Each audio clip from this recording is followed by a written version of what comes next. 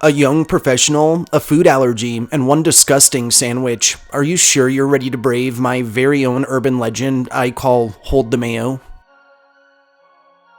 Jennifer was a diligent and dedicated professional, known for her long hours and unwavering commitment to her job. Every morning, she followed a strict routine which included a stop at her favorite fast food restaurant for a chicken sandwich.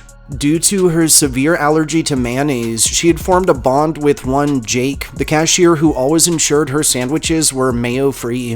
One particular morning, however, the universe seemed to conspire against Jennifer. Her alarm failed to go off, leaving her scrambling to get ready for work. As if that wasn't enough, her hair refused to cooperate, resulting in a frustrating battle with her stubborn locks. And to add insult to injury, her car sputtered to life reluctantly, delaying her departure even further. With time slipping away, Jennifer found herself rushing to her normal fast food haunt. But as she spoke into the drive-thru speaker, a sense of unease gripped her when she heard a voice she didn't recognize.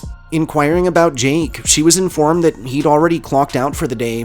Chillingly, this new voice lacked the warmth and attentiveness she'd grown so accustomed to. Undeterred, Jennifer placed her order, meticulously repeating her request for no mayonnaise, emphasizing the gravity of her allergy. Anxiously collecting her food at the drive-thru window, she set off for work, hoping that her sandwich was prepared with care. In her haste, Jennifer began to devour her sandwich while speeding towards her workplace, but a sinking feeling settled in as she took the first bite. The chicken was inexplicably gushing with an overwhelming amount of mayonnaise. Shocked and disgusted, she wrapped up the rest of her sandwich and threw it on the car floor, unable to continue eating.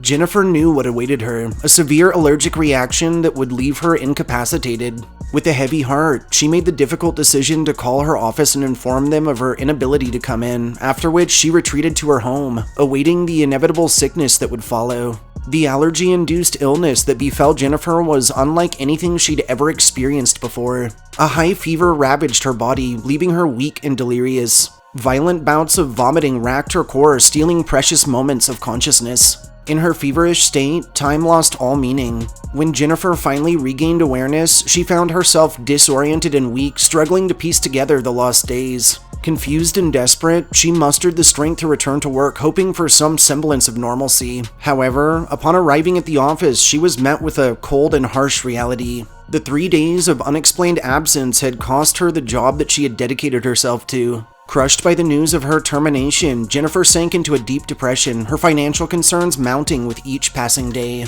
Desperate for answers and for justice, Jennifer confided in her friend Nancy over a cup of coffee. Nancy suggested that Jennifer take the remaining portion of the sandwich up to the lab at their local college. If the presence of mayonnaise could be conclusively proven on paper, Jennifer would have grounds for a lawsuit against the fast food restaurant for the immense impact on her life. Eager for resolution, Jennifer visited the college that very evening, clutching the evidence of her harrowing ordeal, which had still been sitting on the car floor. She met with a professor in the lab and handed over the sandwich, after which this professor assured her that he would examine it and provide results by the following day. Anxiety and anticipation filled Jennifer's mind as she awaited the professor's call over the next 24 hours.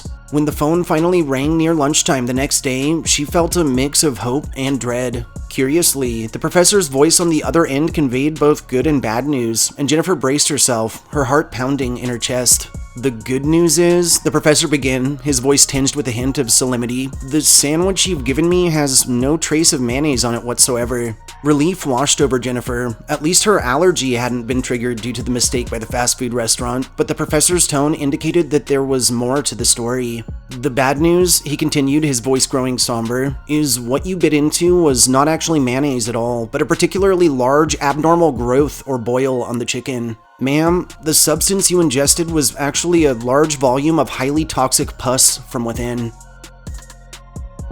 Thanks for joining me for this horrifyingly disturbing urban legend. If you enjoyed this story, please subscribe to my channel, like this upload, and share me with anyone you feel could use a good scare. I'll catch you next time.